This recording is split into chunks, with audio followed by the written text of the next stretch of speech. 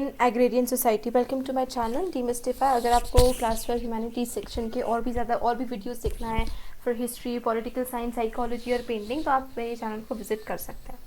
तो हमने जैसे ऑब्जर्व किया होगा कि बहुत सारे अलग अलग सोसाइटीज़ थे और जो प्रोडक्शन प्रोसेस था उसमें बहुत सारे लोगों का इन्वॉल्वमेंट होता था। विमेन भी जो थी वो सर्टन स्पेसिफिक रोल परफॉर्म करती थी। तो इस कॉन्टेक्स्ट में जब हम एक्सप्लोर कर रहे हैं तो विमेन एंड मेन को थे उनके इसमें अलग अलग उनका जो काम था वो मतलब बराबरी का काम था फील्ड्स में।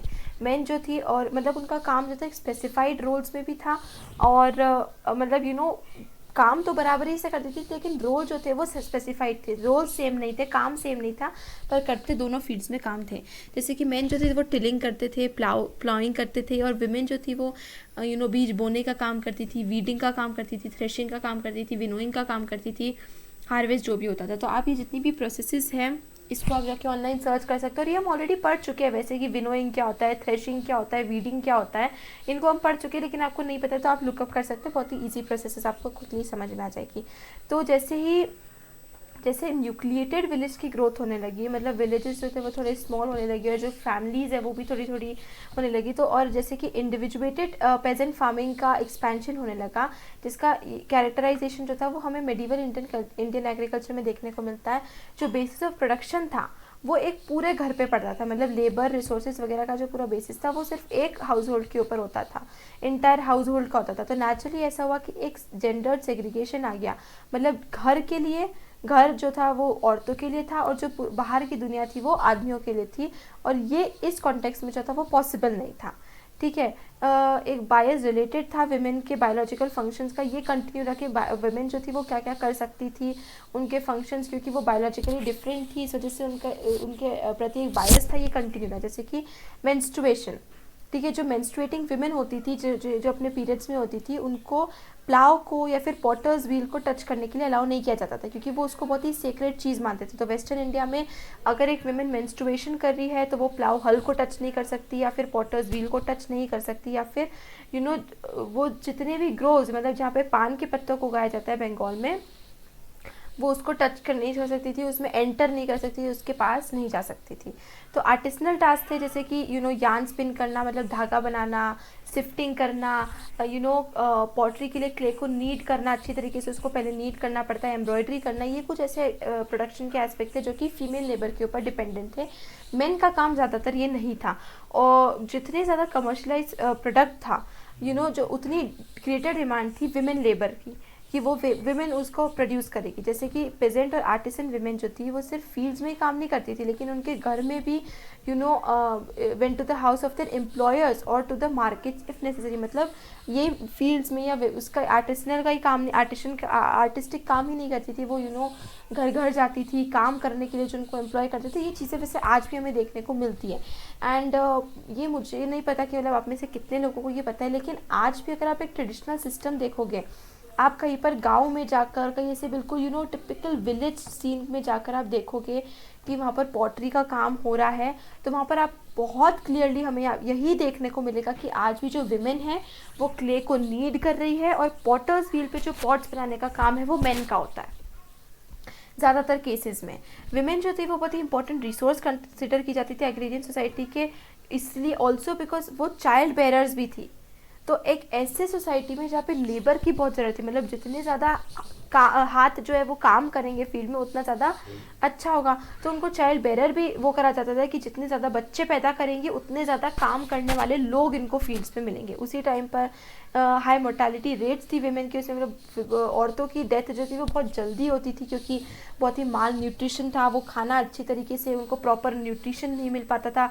ये हम पहले से ही देखते आ रहे थे कि पहले जो है वो मेन खाते थे, उसके बाद विमेन, ऐसे बहुत सारे नोशंस थे अलग अलग सोसाइटी के। प्रेगनेंसीज बहुत ज़्यादा होती थी, मतलब इतने नंबर ऑफ बच्चे होते थे इनके, 8, 10, 6, 5, 7, 8, 9, 10 तक, मतलब 10, 11 बच्चे भी एक ही फीमेल प्रोड्यूस करती है। मतलब एक ही औरत के 11 बच्चे, इतनी फ्रीक्वेंट प्रेगनेंसीज भी होती थी। चाइल्ड बर्थ के टाइम इतनी अच्छी फैसिलिटीज़ नहीं थी, तो उनकी चाइल्ड बर्थ के टाइम पे डेथ होती थी। इसका मतलब ये था कि वाइफ्स की कमी रहती थी। तो ये एक ऐसा, इस वजह से एक ऐसे सोशल कस्टम की इमर्जेंस हुई पेजेंट और आर्टिसन कम्युनिटीज़ में, जो कि उस टाइम के एलीट ग्रुप से अलग थी।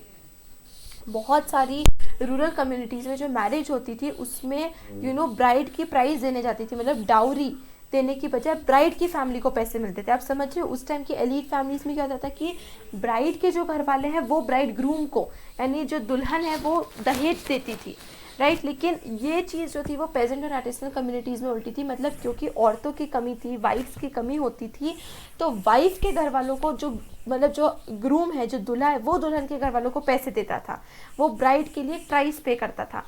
री मैरिज जो थी वो भी एक लेजिटिमेट चीज़ मानी जाती थी, मतलब दोनों डिवोर्स्ड एंड विडोड विमेन के लिए, both among divorced and widowed women, तो उनके लिए री मैरिज जो थी वो भी कंसिडर किया जाता था, जो कि उस टाइम की सोशल कस्टम से थोड़ा अलग था, ठीक है। तो एक बार एक औरत है, मतलब उसकी या तो डिवोर्स हो गया या उसके हस्बैंड की डेथ हो गई, तो उसकी वापस से शादी करी जाती थी। तो ये एक नीड थी सोसाइटी की उस वक्त। Money in the village 17th century में फ्रेंच ट्रैवलर थे जीन बाप्टिस्ट टैवर्नियर, उन्होंने एक बहुत ही रिमार्केबल, मतलब एक चीज़ को बहुत ही रिमार्केबल फाइंड किया कि इंडिया एक विलेज है जो कि बहुत ही छोटा होगा, मतलब India a village must be very small Indeed if it has not a money changer called a Shroff.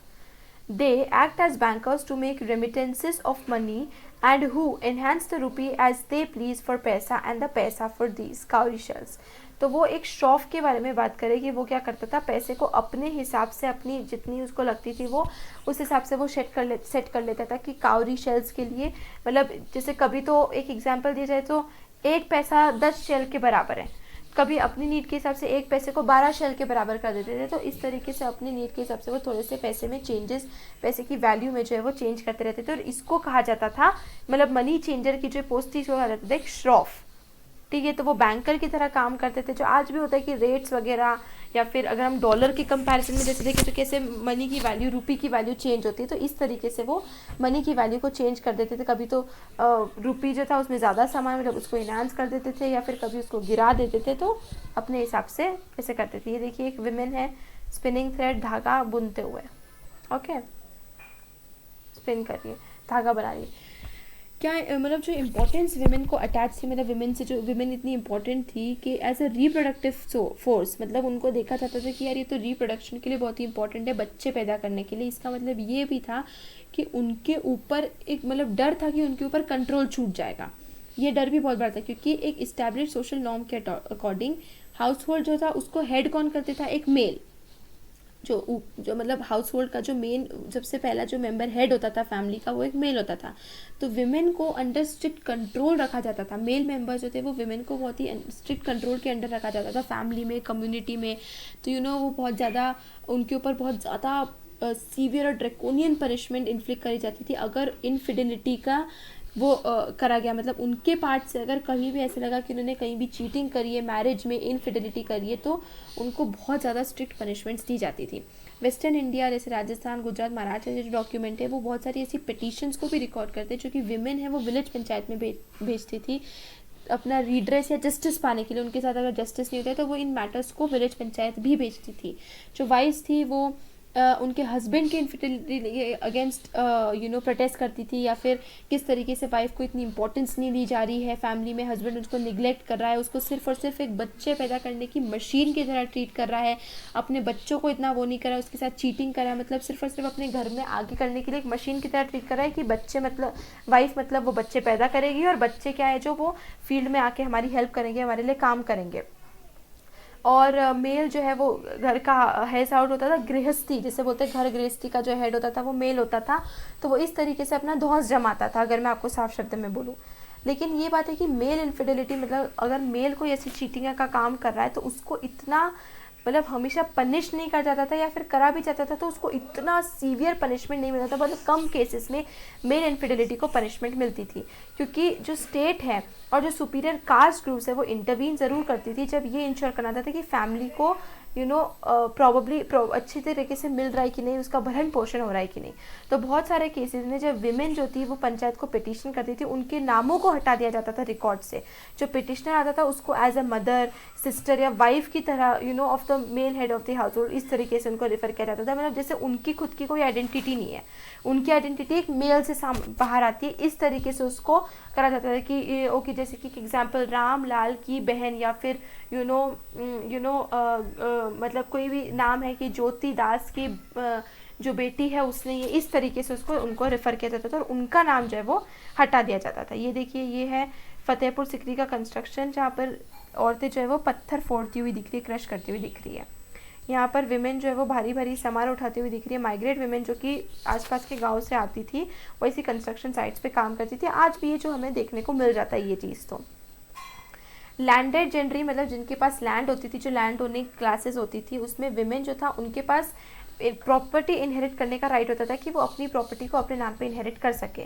तो पंजाब से ऐसा कुछ एग्जांपल है जो हमें ये दिखाते हैं कि विमेन जो थी, विडोज़ को इंक्लूड करते हुए वो रूरल लैंड मार्केट में एक्टिवली पार्टिसिपेट करती थी, मतलब बेचने, प्रॉपर्टी को बेचने का काम जो कि उन्होंने इनहेरिट करी। तो कुछ केसेस में अगर उनको ज़रूरत होती थी तो वो उनके प्रॉपर्टी को बेचती थी और उससे उन्हीं को पैसा मिलता था, ठीक है। और हिंदू और मुस्लिम विमेन जो थी वो ज़मींदारी को भी इनहेरिट करती थी, जो कि या तो वो गिरवी रख सकती थी या फिर वो बेच सकती थी, वो पूरी उनके ऊपर थी, वो इतने काम करने के लिए फ्री थी, ठीक है। विमेन ज़मींदार जो थी वो 18th सेंचुरी में बंगाल में बहुत हमें पाई जाती है। मतलब ऐसी विमेन जो ज़मीन को ओन करते, ज़मींदार ही विमेन है उस पोजीशन में, तो ऐसे बंगाल में हमें 18th सेंचुरी में बहुत सारे मिल जाते हैं एग्जाम्पल्स। एक यहाँ पर एग्जांपल देंगे कि वन ऑफ द बिगेस्ट और सबसे फेमस 18th सेंचुरी की जो ज़मींदारी थी जिसका नाम था राजशाही की, उसमें एक विमेन थी, मतलब उसकी एक जो ज़मींदार थी वो वुमेन थी।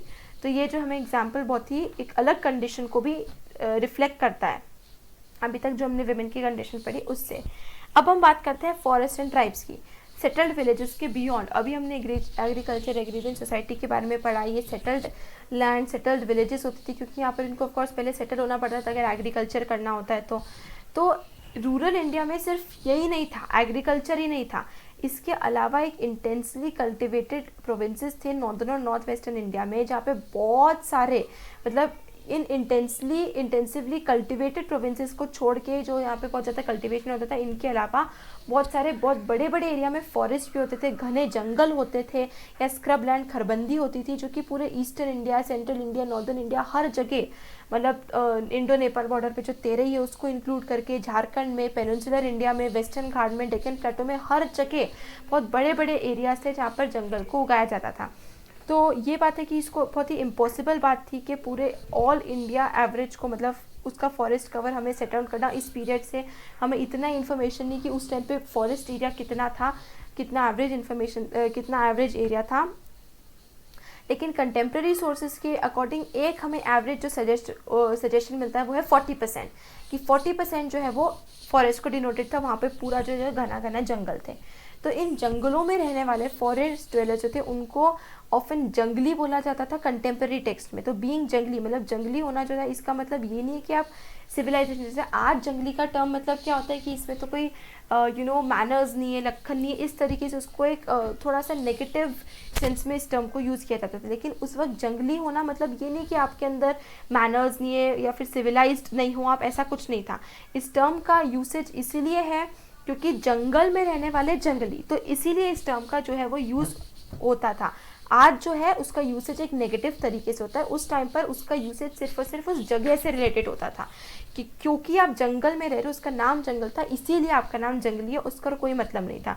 तो ये टर्म उनको डिस्क्राइब करने के लिए कहा जाता था जिनका लाइवलीहुड जो है वो या तो फॉरेस्ट में फ्रूट्स या वो मतलब गैदर करने से, या फॉरेस्ट में कुछ ना कुछ काम करने से, फॉरेस्ट प्रोड्यूस से, हंटिंग से, शिफ्टिंग एग्रीकल्चर से उनका लाइवलीहुड होता था, इसीलिए वो टर्म जंगली यूज होता था। इसका कोई भी नेगेटिव सेंस नहीं था। ये एक्टिविटीज़ जो थी वो बहुत ज़्यादा स्पेसिफिक, सीजन स्पेसिफिक थी। पूरे साल आप इन एक्टिविटीज़ को कैरी आउट नहीं कर सकते थे, तो कुछ सीजन थे जहाँ पर आप एक पर्टिकुलर एक्टिविटी को कैरी आउट कर सकते थे। जैसे स्प्रिंग में फॉरेस्ट प्रोड्यूस को कलेक्ट किया जाता था, समर जो था वो फिशिंग के लिए था, समर में मछली पकड़ने का काम होता था, जो बारिश के महीने थे उसको कल्टीवेशन के लिए यूज़ किया जाता था, और जो ऑटम था वो हंटिंग के लिए यूज़ किया जाता था। तो हर सीज़न का एक अलग अलग एक्टिविटी डिफाइंड थी। तो ये सीक्वेंस होता है, ये इसकी वजह से उनको टाइम टू टाइम बहुत ज़्यादा कंटिन्यूसली मूव करने पड़ता था एक जगह से दूसरी जगह पर, और ये इन ट्राइबल्स का एक बहुत ही डिस्टिंक्टिव फीचर था। स्टेट के लिए जो फॉरेस्ट था वो एक सबवर्सिव प्लेस था, मतलब कि थोड़ा सा अंडर डेवलप्ड इस तरीके से एक प्लेस था रेफ्यूज के लिए, मावास के लिए, ट्रबल मेकर्स के लिए, मतलब कोई भी ऐसा ट्रबल मेकर है, कुछ भी जिसने कोई काम करा है, परेशानी कर रही है या स्टेट उसको पनिशमेंट देगी, ऐसे कोई भी लोग होते थे तो वो क्या करते थे, जंगलों में जाके छुप जाते थे ताकि उनको वो पनिशमेंट से बच सके। तो एक बार और हम बाबर की तरफ रिटर्न करते हैं, जो कि ये कहते हैं कि जंगल जो है वो एक गुड डिफेंस प्रोवाइड करता था, क्योंकि जंगलों के ऊपर जो जंगल वाला एरिया था, जो जंगल में लोग रहते थे, इतना ज़्यादा स्टेट का उनके ऊपर कंट्रोल नहीं था जितना उनको विलेजेस टाउन्स के ऊपर उनका कंट्रोल था। तो यही होता था कि अगर किसी को भी उससे बचना होता था तो एक गुड डिफेंस था, behind which the people of the pargana become stubbornly rebellious and pay no taxes. Pargana एक गांव को बोला जाता था, परगाना मतलब एक विलेज। तो वो यही बात थी कि अगर कोई है जो रिपीटेडली अपना टैक्स पे नहीं कर रहा है या बहुत ज़्यादा रिबेलियस बन रहा है या स्टेट से उसको पनिशमेंट मिलेगी, तो वो क्या करते थे, जंगल में जाके छुप जाते थे। फिर ऐसे केस में जो रूलर थे वो उनके ऊपर कुछ कर नहीं सकते थे। ये पेंटिंग है शाहजहाँ की, जो नील गई इसमें हंट कर रही है, ये बादशाह नामा से हमें देखने को मिलती है। देखिए शाहजहाँ है यहाँ पर, बहुत ही क्लियरली दिख रहे हैं हैलो से। देखिए, describe what you see in this painting, what is the symbolic element that helps establish the connection between the hunt and the ideal justice. देखिए यहाँ पे हम क्या देख रहे हैं पेंटिंग में कि सिर्फ एक है जो रूलर यहाँ पर बहुत क्लियरली दिख रही है, क्योंकि उनके पीछे हैलो और ये कपड़े, उनके ज्वेलरी से बहुत क्लियरली हम देख सकते हैं कि ये जो है वो एक यही है, रूलर है। इनकी साइज़ भी थोड़ी सी बड़ी दिख रही है। आप प्रपोर्शन देखेंगे, जैसे इनका फेस और इनका फेस देखेंगे तो साइज़ में भी मुझे लग रहा है कि थोड़े से बड़े बनाए गए हैं, क्लियरली ये दिखाने के लिए कि ये रूलर है। अब हमें क्या दिख रहा है कि सिर्फ रूलर जो है वो ही शूटिंग कर रहे हैं, बाकी सब जो है वो वेट करें। मतलब ऐसा दिखाया गया कि जो रूलर है वो इतने केपेबल थे कि किसी और की ज़रूरत नहीं है और वो सीधे जाके निशाना लगा देंगे, हंट कर देंगे। अब किस तरीके से हंट को एक आइडियल जस्टिफिकेशन दिया जा रहा है, इस तरीके से कि यहाँ बहुत सारे हमें डियर्स दिख रहे हैं, कि इतने सारे हिरण दिख रहे हैं। इसका मतलब क्या है कि उनकी नंबर बहुत ज़्यादा है, इसलिए हंटिंग करके उनकी पॉपुलेशन को कंट्रोल करते थे। तो इस तरीके से एक आइडियल जस्टिफिकेशन दिया जा रहा है हंटिंग की प्रोसेस को। Indoors into forest, external forces थे जो कि फॉरेस्ट में एंटर करते थे अलग अलग तरीके से। जैसे कि जो स्टेट था, उनको अगर आर्मी के लिए एलिफेंट्स की ज़रूरत होती थी, तो जो पेशकश थे जो कि फॉरेस्ट पीपल उनके ऊपर लेवी किया जाता था, उसमें इंक्लूड होता था सप्लाई ऑफ एलिफेंट्स। उनको सप्लाई करना पड़ता था स्टेट को। तो मुगल पॉलिटिकल आइडियोलॉजी में हंट जो था वो एक ओवरवेलमिंग कंसर्न था स्टेट का, और ये उनके सभी सब्जेक्ट से रिलेटेड था। मतलब हंटिंग की जो प्रोसीजर थी बहुत ही इंपॉर्टेंट थी, ठीक है, रिच पुअर हो सभी लोगों के लिए। मतलब हंटिंग जो थी एक बहुत ही सिम्बलाइजिंग प्रोसेस थी। तो रेगुलर हंटिंग एक्सपेडिशंस होते थे। तो कोर्ट हिस्टोरियंस के अकॉर्डिंग जो हमें पता चलता है कि एम्परर जो है वो अलग अलग टेरिटरी तक ट्रैवल कर पाता था अपने एम्पायर में, और पर्सनली वहाँ पे जो लोग रहते थे उनकी ग्रीवेंसेस को अटेंड कराता था, उनकी जो प्रॉब्लम्स थी उसको सॉल्व कर पाता था। हंट जो था वो एक बहुत ही पॉपुलर सब्जेक्ट था, जिसके ऊपर हमें बहुत सारी पेंटिंग्स मिल जाती है आर्टिस्ट के द्वारा। जो पेंटर होता था वो एक छोटा सा सीन उसके अंदर इंसर्ट करता था कहीं पिक्चर में, जो कि as a symbol of harmonious reign, मतलब ये कहीं ना कहीं कुछ ऐसा सीन वो इंसर्ट कर देता था जिससे बताता था कि पूरे मतलब जो उस एम्परर के अंदर कितने सब लोग खुश हैं। यहाँ पर क्या हमें कुछ देखने को मिल रहा है, जैसे यहाँ पर हमें प्रॉबेबली देखने को मिल रहा है कि किस तरीके से लोग हैं दूर दराज में जो अपना काम कर रहे हैं एंड पीसफुल सब, कितना मतलब ये सीन को देख के लगता है कि यार बहुत ज़्यादा मतलब अच्छा खासा एक प्रॉस्परस स्टेट है। यहाँ पे शायद हमें कुछ कल्टिवेशन होते हुए दिख रहा है, तो ये दिखाता है कि एवरीथिंग इज़ सो गुड। मतलब इस पेंटिंग को देख के लग रहा है कि यार सब कुछ ठीक ठाक है, एम्पायर में अच्छा चल रहा है, बहुत खुश है लोग। एक ऐसा सेंस देता है, ऐसा कोई छोटा मोटा सीन कुछ सिंबल जैसे पुट कर देते हैं आर्टिस्ट कई बार पेंटिंग में। परगाना जो है वो एक एडमिनिस्ट्रेटिव सब डिवीजन होता था मुगल प्रोविंस में। पेशकश जो था वो एक फॉर्म ऑफ ट्रिब्यूट था जो कि मुगल स्टेट कलेक्ट करती थी। हम पेशकश वगैरह के बारे में नेक्स्ट चैप्टर में पढ़ने वाले हैं कि जो फॉरेस्ट लोग थे वो पेशकश के रूप में हाथी वगैरह ऐसे हंटिंग के लिए ये जो थे वो किंग को ऑफर करते थे। तो पेशकश एक छोटी सी ट्रिब्यूट गिफ्ट की तरह था एम्परर के लिए, रूलर के लिए। Clearance of forest for agriculture settlements, ये एक एक्सेप्ट है 16th सेंचुरी बंगाली पोयम से जिसका नाम है चांदी मंगल, ओके, चांदी मंगला, और इसको मुकुंदरम चक्रवर्ती ने कंपोज करा था। इसके पोयम के हीरो है वो है काल केतु, और ये एक अपना किंगडम कैसे सेटअप करते हैं, पहाड़ों को जंगलों को काट के, पहाड़ नहीं सॉरी जंगल, जंगल जितने भी होते थे उनको काट करके, उनको क्लियर करके फिर उसने अपना किंगडम सेटअप करा था. Hearing the news, outsiders came from various lands. Karl Ketu then bought and distributed among them heavy knives, axes, battle axes, and pikes. From the north came the Das. 100 of them advanced. They were struck with wonder on seeing Karl Ketu, who distributed betel nut to each of them. they बताते कि जैसे ही उनको इस चीज़ की खबर पड़ी तो बहुत अलग अलग जगहों से लोग जो है वो आ गए. काल केतु ने उन सभी को heavy knives, axes, battle axes जो कि पहाड़ वगैरह मतलब जो कि पेड़ वगैरह काटने के लिए यूज़ होता है ना, वो डिस्ट्रीब्यूट करें. नॉर्थ से दास आए, दास मतलब लोग, तो मतलब नॉर्थ की साइड से भी दास लोग आए और करीबन इतने हैं कि मतलब 100 क्या उससे भी ज़्यादा लोग आए. और वो जब उन्होंने काल केतु को देखा तो वो सभी आश्चर्य हो गए और काल केतु ने उनको बीटल नट दिया, मतलब पान वगैरह उनको सभी को दिया. साउथ से जब हार्वेस्टर्स आए, साउथ से कुछ 500 हार्वेस्टर्स आए एक ही ऑर्गेनाइजर के अंडर. वेस्ट से आए जफ़र मियाँ, ठीक है, और अपने 20,000 लोगों के साथ. सुलेमानी बीट्स उनके हाथ में थी और वो उनके पीर और पैगंबर यानी प्रोफेट का नाम चैंट कर रहे थे. तो एक बार जब उन्होंने पूरे जंगल को साफ़ कर दिया, क्लियर कर दिया, तो उन्होंने वहाँ पर अपने मार्केट्स को इस्टेब्लिश करा. Hundreds and hundreds of foreigners आए जो कि वहाँ पर उन फॉरेस्ट में आए. वहाँ पे उन्होंने खूब खाया वगैरह. और जब उनको एक्स का साउंड मिला, मतलब उनको पता चला कि ये यहाँ पर ये जंगल कल काटने का काम हो रहा है, तो जो टाइगर्स है वो भी डर के भाग गए दहाड़ते हुए. तो क्या क्या फॉर्म्स ऑफ इंट्रूजन फॉरेस्ट में हमें यहाँ पर दिखने को मिलता है कि tigers became apprehensive, ate and entered the forest, hearing the sound of axe, established markets, cleared the forest. बहुत क्लियरली यहाँ पे दिख रहा है कि किस तरीके से फॉरेस्ट को क्लियर करके उन्होंने अपनी मार्केट्स और अपने काम के लिए इसको यूज़ करा. Compare its message with that of the miniature painting in figure 8.9. Who are the people identified as foreigners from the perspective of the forest dwellers? Figure 8.9 कौन सी है हमारे पास यहाँ पर? ये है फिगर 8.9. तो इसको क्या करना है हमें कि compare it's message with that of the miniature painting in figure 8.9. इसका मैसेज क्या दे रहे हैं वो लोग कि जो फॉरेस्ट है उसको क्लियर करके उसको अपने फ़ायदे के लिए यूज़ करते थे. तो उसी तरीके से यहाँ पर भी एक मैसेज क्या दिख रहा है, हंटिंग का, कि फॉरेस्ट को में हंट वगैरह करके. तो एक तरीके से यही मैसेज है कि कैसे फॉरेस्ट के ऊपर वो अपने हिसाब से उसको यूज़ करते थे. क्या क्या लोगों को फॉरेनर कहा गया था? देखो, नॉर्थ से दास आए हैं, वो भी फॉरेस्ट ड्वेलर्स के पर्सपेक्टिव से एक फॉरेनर हो गया. जो साउथ से आए हैं हार्वेस्टर वो भी फॉरेनर हो गए. जफ़र मियाँ जो है जो कि वेस्ट साइड से आए वो भी फॉरेनर हो गए. ये सभी जो है वो इनके लिए फॉरेनर हो गए. Okay. Trade between the hill tribes and the plains. Abul Fazl जो है वो कैसे डिस्क्राइब करते थे कि हिल ट्राइब्स और प्लेन्स के बीच में अवध के सूबा में, सूबा मतलब एक प्रोविंशियल एडमिनिस्ट्रेशन का एक नाम है, मतलब एक एडमिनिस्ट्रेटिव प्रोविंस थी सूबा, ठीक है. तो अवध जो कि आज उत्तर प्रदेश में, उसमें किस तरीके से ट्रेड और ट्रांजैक्शंस होते थे. तो नॉर्दर्न माउंटेन से बहुत सारे गुड्स जो थे वो आते थे और कैरी मतलब लोगों के कंधों पे कैरी करे जाते थे. और पोनीज़ के ऊपर, मतलब पोनीज़ या छोटे मोटे घोड़े वगैरह के जो जैसे एनिमल्स होते थे उनके पीठ पे लाद लाद के सामान लाया जाता था. गोड्स के ऊपर जैसे कि गोल्ड हो गया, कॉपर हो गया, लीड हो गया, मस्क हो गया, और कूतास खाओ यानी कि याक जो होती थी उनकी टेल पूछ जो होती थी, हनी होता था, चूक यानी चूक मतलब एक एसिड या चक शायद बोलते हैं इसको, एसिड जो कि ऑरेंज जूस और लेमन को जब साथ में उबाला जाता है तो उससे एक एसिड प्रोड्यूस होता है, तो वो कैरी करते थे.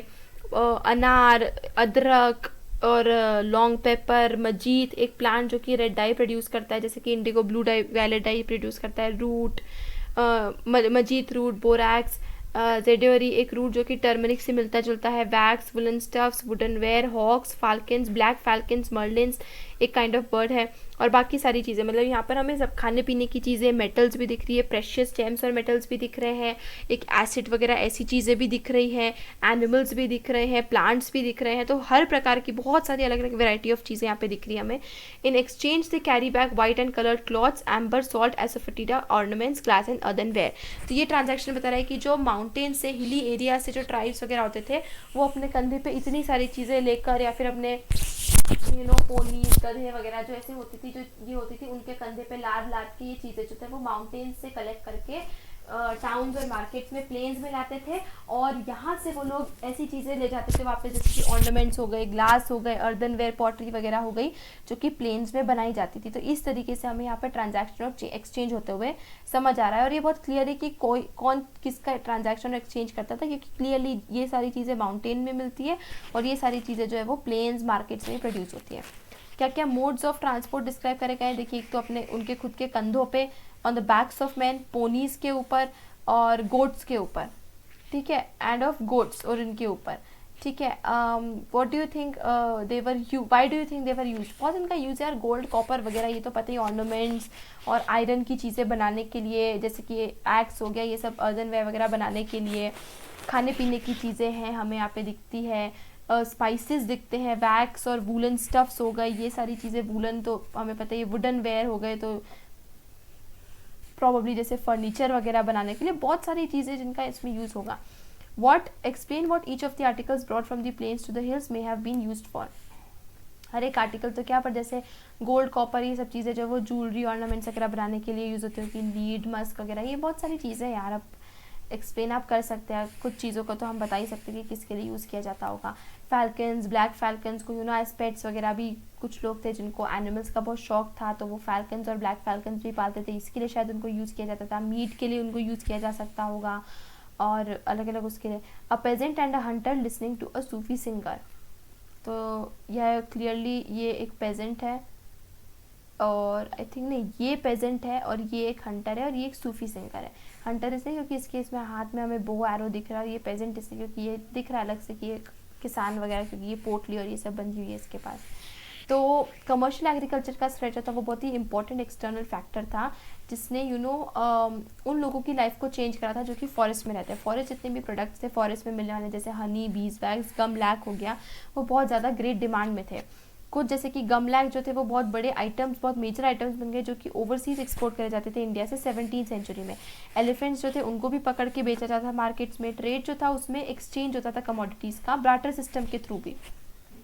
तो मतलब बार्टर सिस्टम मतलब एक चीज़ देके दूसरी चीज़ लो, इसमें कैश का यूज़ नहीं है। जैसे कि सपोज एक हाथी देके किसी ने 50 मटके ले लिए, तो इस तरीके से एक्सचेंज होता था। या फिर एक बोरी चावल की ले ली, 2 बोरी चावल की ले ली, कोई हनी बेच के चावल ले ली, इस तरीके से बार्टर सिस्टम। इसमें कैश का कुछ रोल नहीं होता था, चीज़ें एक्सचेंज की जाती थी। कुछ ऐसे ट्राइब्स है जैसे कि लोहनीज थे पंजाब में, वो ओवरलैंड ट्रेड मतलब सब कॉन्टिनेंट इंडिया के बाहर भी जो ट्रेड होता था उसमें एंगेज होते थे। इंडिया और अफगानिस्तान के बीच में ट्रेड होता था, या फिर Punjab town country trade in Punjab itself में भी वो एंगेज होते थे। कुछ ऐसे सोशल फैक्टर्स भी थे जिन्होंने फॉरेस्ट ड्वेलर्स की लाइफ में चेंज करा था, जैसे कि बिग मैन जो विलेज कम्युनिटी के जो बिग मैन थे, उसी तरीके से ट्राइबल्स के भी अपने खुद के चीफ्टेंस होते थे। तो बहुत सारे जो ट्राइबल चीज़ होते थे वो आगे जाके ज़मींदार भी बन जाते थे, और कुछ तो आगे जाके किंग्स भी, राजा भी बन जाते थे। तो इसके लिए बहुत ज़रूरी था कि वो अपनी एक आर्मी बिल्ड करें। तो वो अपनी लीनिएज, अपने ग्रुप से लोगों को रिक्रूट करते थे और कहते थे कि उनकी अपनी फ्रेटर्निटी, भाई बंधु वगैरह को डिमांड करते थे कि आप हमें मिलिट्री सर्विस प्रोवाइड करो, आर्मी में आप सर्व करो और हमारी आर्मी का हिस्सा बनो। सिंध रीजन में जो ट्राइब्स थी उनकी खुद की आर्मी थी, और इतनी आर्मी थी कि 6000 कैवलरी, 7000 इन्फेंट्री तक बड़ी बड़ी आर्मीज थी।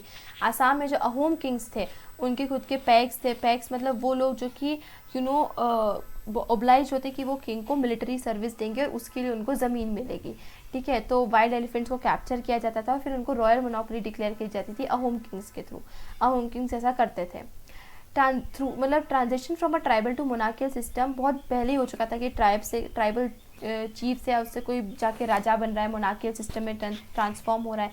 ये प्रोसेस जो थी वो और ज़्यादा डेवलप 16वीं सेंचुरी तक ही हो पाई थी। तो ये हम देख सकते हैं कि एंस की ऑब्जर्वेशन के थ्रू कि ट्राइबल किंगडम्स कैसे नॉर्थ ईस्ट में धीरे धीरे करके इस्टेब्लिश होने लगे थे।